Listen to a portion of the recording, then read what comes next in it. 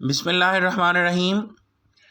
سبق مرزا غالب کے عادات و خصائل، پیراگراف نمبر 3، اس کی آج ہم تشریح پڑھیں گے۔ پیراگراف ہے: اگرچہ مرزا کی آمدنی قلیل، یہاں سے اکثر تنگ رہتے تھے یہاں تک۔ حوالہ متن ہم لکھیں گے۔ سبق کا عنوان مرزا غالب کے عادات و خصائل، مصنف کا نام مولانا الطاف حسین حالی، صنف سوانح نگاری یا خاکہ نگاری، ماخذ یادگار غالب۔ خط شدہ الفاظ کے معنی: قلیل، کم، تھوڑا، فراخ، کشادہ، کھلا، وسیع، سائل، سوالی، مانگنے والا، فقیر، گداگر۔ تو یہ سارے ہی معنی آپ لکھیں گے ایک لفظ کے۔ اپاہج، معذور، غدر، فساد، ہنگامہ، بساط، طاقت، حیثیت۔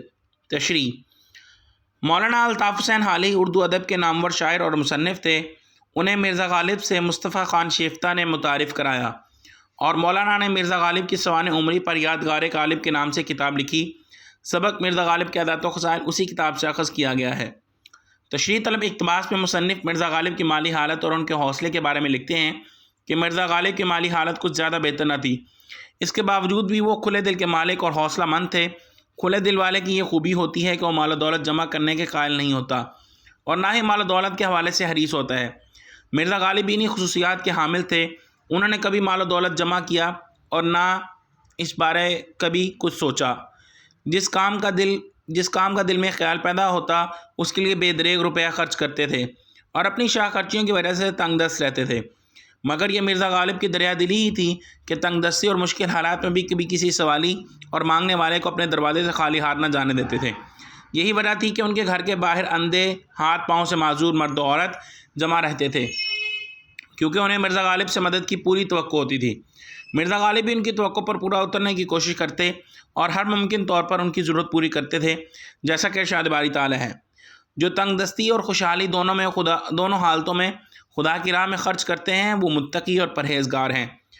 مصنف مزید بتاتے ہیں کہ 1857 کی جنگ آزادی کے بعد جس میں مسلمانوں کو شکست ہوئی اور انگریز بر صغیر پر قابض ہوئے تو ان کی حکومت نے ان کی تنخواہ 150 روپے سے کچھ زائد مقرر کی تھی۔ ان دنوں مرزا غالب کے کھانے پینے کے اخراجات بھی کچھ زیادہ نہ تھے اور نہ ہی رہائش کا مسئلہ تھا، اس لیے وہ اپنی زیادہ تر تنخواہ غریبوں اور محتاجوں کی ضرورت پوری کرنے میں خرچ کرتے تھے۔ وہ اپنے ذاتی اخراجات میں کمی تو کرتے تھے مگر ضرورت مندوں کی اپنی حیثیت سے بڑھ کر مدد کرتے تھے، کیونکہ وہ اصل زندگی دوسروں کی خدمت کو سمجھتے تھے۔ جیسا کہ مقولہ ہے: اپنے لیے تو سبھی جیتے ہیں، مزہ تو تب ہے کہ دوسروں کے لیے جیا جائے۔ غالب کی مکمل زندگی دوسروں کی حاجت روائی میں گزری۔ یہی وجہ ہے کہ وہ اکثر مالی طور پر پریشان رہتے تھے اور ان کا گزارا مشکل سے ہوتا تھا، پھر بھی خدمت خلق کو ہمیشہ اولیت دیتے تھے۔ بقول شاعر: درد دل کے واسطے پیدا کیا انسان کو، ورنہ طاعت کے لیے کچھ کم نہ تھے کر رو بیاں۔